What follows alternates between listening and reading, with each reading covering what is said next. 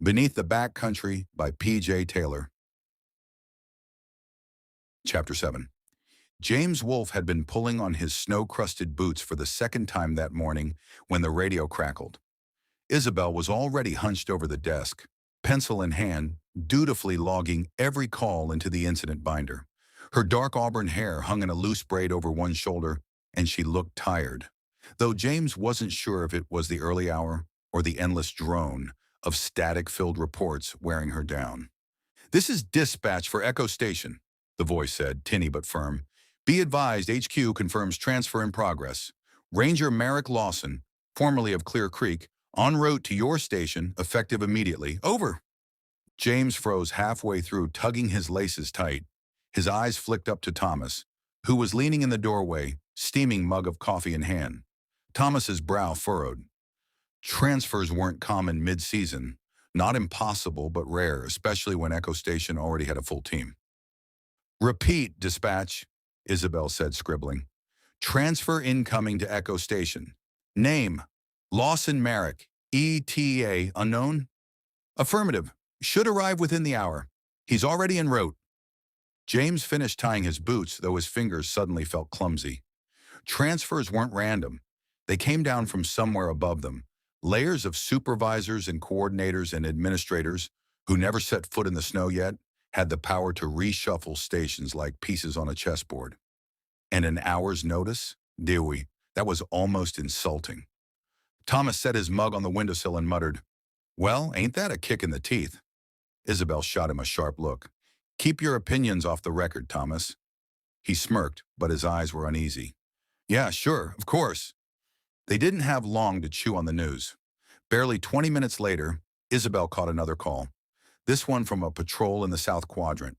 Campers, 2 tents pitched right inside a posted bear-restricted zone, in violation of winter safety orders. Bears weren't as active this deep into January, but the territory was sacred to wildlife management, and the rangers took it seriously. Not just a fine, it was about protecting fragile migration corridors. "Guess that's us," James said, pulling on his parka. "Who's coming?" Thomas grabbed his radio harness and shotgun. "I'm in. Been itching for a walk anyway." "I'll stay and log," Isabel replied. "If dispatch calls again about your new roommate, somebody's got to answer." James chuckled at her wording. "Roommate?" Evan appeared from the bunk room, hair slicked back like he'd been up longer than he claimed. He smiled thinly. "Mind if I tag along?" James caught himself stiffening. Evan had been disappearing on strange errands the past few weeks.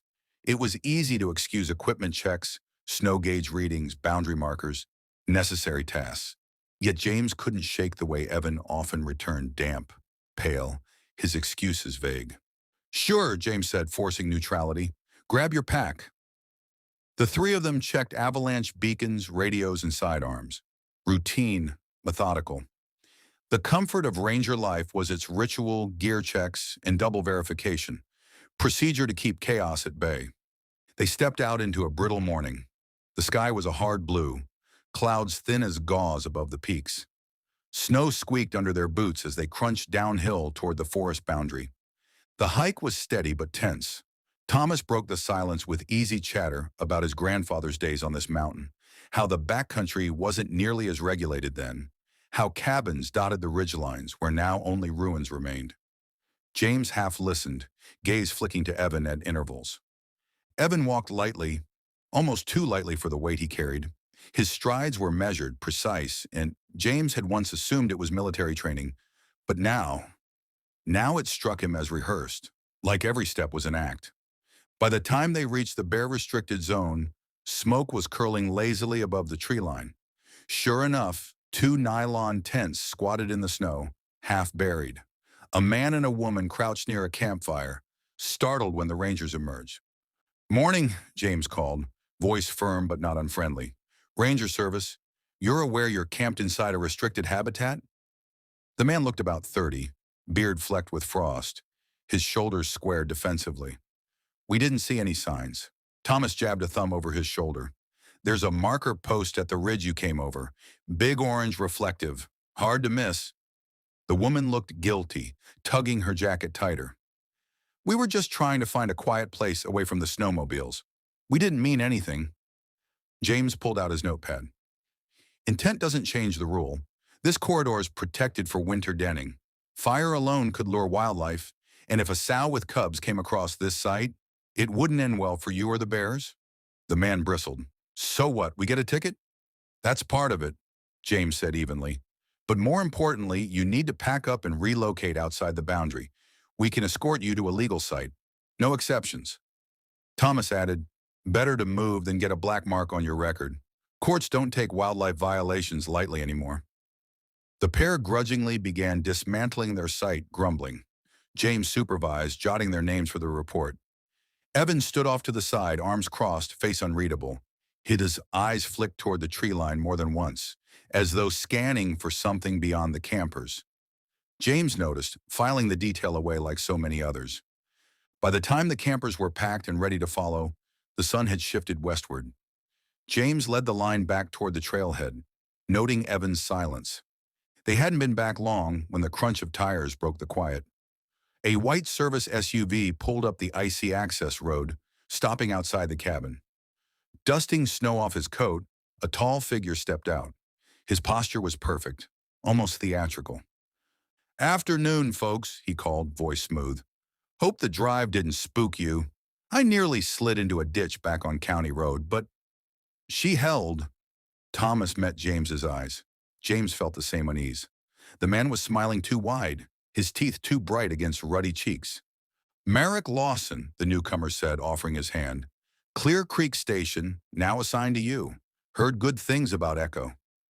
Evan emerged from the bunkhouse and the air changed. "Well, I'll be damned," Evan said, grin blooming unnaturally fast. "Merrick Lawson." "Evan Cross," Lawson replied warmly.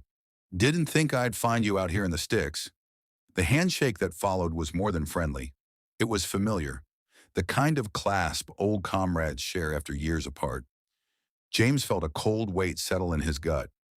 He didn't know why. He just knew that, from this moment on, Echo Station would never feel the same again. The air inside Echo Station always felt close after long hours outside, but that afternoon it seemed suffocating. The stove hissed, logs popping, the place smelling of wet wool and smoke.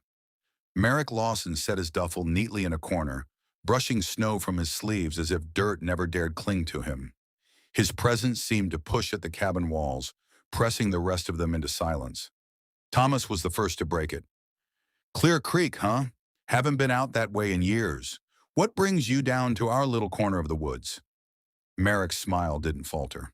"Transfer order came straight from HQ. They needed a body familiar with avalanche hazard and winter patrols. I fit the bill." James studied him. The man spoke with practiced ease, voice as smooth as the polished badge pinned to his chest. Yet something in his cadence was too clean, stripped of the little quirks real rangers picked up after years in the field, almost like he'd studied their language from a manual. Evan leaned on the doorway, arms crossed. "We go way back, Merrick and I. Worked together for a season in Montana. Hell of a guy, knows his stuff." That comment seemed rehearsed too. James filed it alongside the growing list in his head. Paperwork and smoke. They still had the camper incident to deal with. James sat at the table, completing violation forms while Thomas read off details from his notes. Names, license plate, description of fire ring. Isabel typed it all into the log, her expression tight with fatigue. Lawson leaned over James's shoulder, close enough to smell faint cologne. "Good system you've got here. Organized." James shifted away slightly, pen scratching. "It works." Most newcomers kept quiet during their first hours. Lawson seemed intent on making himself indispensable immediately. He asked about patrol routes, avalanche check rotations, even where they kept backup radio batteries. Every answer he received he nodded at, with a little too much enthusiasm. When Thomas mentioned bear restrictions, Lawson chuckled. "I read the incident reports before I came. You folks get more than your share of reckless campers." "That's one word for it," Thomas muttered. James pretended to focus on his forms, but his attention drifted. Evan had been standing silently by the stove, watching the exchange like he'd been waiting for this moment all along. By evening, the light outside faded to violet. Patrols were done for the day. Isabel heated a pot of chili, and the cabin filled with the earthy smell of beans and venison. They ate crowded around the table, Lawson folding seamlessly into conversation. Though James noticed his questions always nudged at certain subjects, schedules, terrain knowledge, response times. "You cover the whole North Slope with just the five of you?" Lawson asked. "Six, counting you," Isabel corrected. "That's still thin coverage. Lot of ground. Lot of caves." James looked up sharply. "Caves? Sure," Lawson said smoothly, spoon-tapping his bowl. "This range is full of them. Old lava tubes, karst systems, collapsed mines. Dangerous if you don't know where to step. Heard a rescue team out west lost a man 2 years ago when he slipped into a snow-hidden shaft." The table fell silent for a beat. It was true, of course, but Lawson's tone carried a weight James couldn't place. When his eyes flicked to Evan, they shared something unspoken. Thomas broke the silence with a laugh too loud for comfort. "Plenty of hazards here, too. Avalanches keep us busy enough without worrying about caves swallowing us whole." Lawson grinned, but the spark between him and Evan remained. Later, after the dishes were washed and the logs stacked, James volunteered for night watch. It wasn't strictly necessary tonight. The station rotated shifts mainly during fire season or heightened threat periods, but he needed air, needed distance. The cold bit at his cheeks as he stepped outside. Moonlight poured over the snow, silvering the tree line. The mountains loomed black and immense, their slopes scarred with white avalanche chutes. He walked the perimeter slowly, boots crunching. Radio clipped to his shoulder hummed with the occasional burst of static. Through a cabin window, he glimpsed Lawson and Evan talking in hushed tones. Their heads were close together, expressions shadowed. Every so often, one of them glanced toward the door, as if ensuring no one was listening. James clenched his jaw.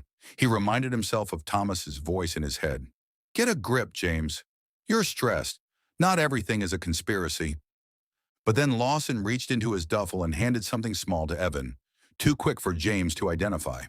Both of them pocketed items afterward, their movements too synchronized, too rehearsed. James turned away, heart beating hard. He told himself he'd log it in his memory, but not on paper. Not yet. The next morning dawned brittle and gray. Frost coated the windows and the stove took forever to catch. Over breakfast, Lawson announced cheerfully, "Evan and I will take the West Quadrant today. Good to stretch the legs, see the lay of the land." Thomas raised an eyebrow. "West is a long haul. Are you planning to be back before dark?" "Shouldn't be a problem," Lawson said smoothly. "Two of us together, we can cover ground quickly." James wanted to argue, wanted to insist on the usual paired rotations, the check-ins every 2 hours. But something in the way Evan was already pulling on his coat, avoiding eye contact, silenced him. They left without fanfare, snow crunching under synchronized boots. Hours passed. Noon came and went. No radio check-in. By 3, Isabel muttered, "They're late." "Maybe lost signal," Thomas said, though his jaw was tight. "West slope gets patchy." By dusk, the two still hadn't returned. Just as James was about to suggest a search call, headlights cut across the snow. The SUV rolled back into the lot, Evan and Lawson climbing out, smiling like nothing had happened. "The west slope's rougher than I thought," Lawson said easily. "Had to detour around a windfall. Sorry for the delay." Evan added, "But we got good eyes on the ridgeline markers. Everything looks clear." Neither looked winded. Neither looked cold, despite hours in sub-freezing wind. James felt the hairs rise on his neck. Later that night, Isabel cornered James by the gear rack. Her voice was low, almost a whisper. "Do you get the feeling they're hiding something?" James kept his face neutral. "What do you mean?" "Lawson and Evan. I caught them slipping out this morning before they left for patrol. No packs, no snowshoes. Just walked into the tree line for 10 minutes, then came back geared up like nothing happened." James's stomach tightened. "Could have been relieving themselves," he offered lamely. "Together?" Isabel's dark eyes locked onto his. "You ever see two guys go piss side by side out here in sub-zero weather?" He didn't answer. "Something's off," she said. "Just be careful." Over the next few days, Lawson ingratiated himself deeper into the group. He told stories from Clear Creek wild rescues, bear encounters, and avalanches narrowly avoided.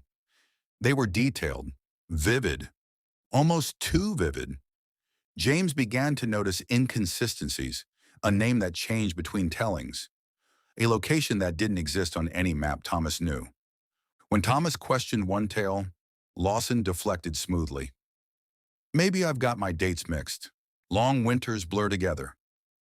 Evan laughed too loudly at every joke. The rest of them exchanged uneasy glances but said nothing outright. Midweek, a snowstorm blew in, dumping nearly 2 feet overnight. Avalanche risk shot up.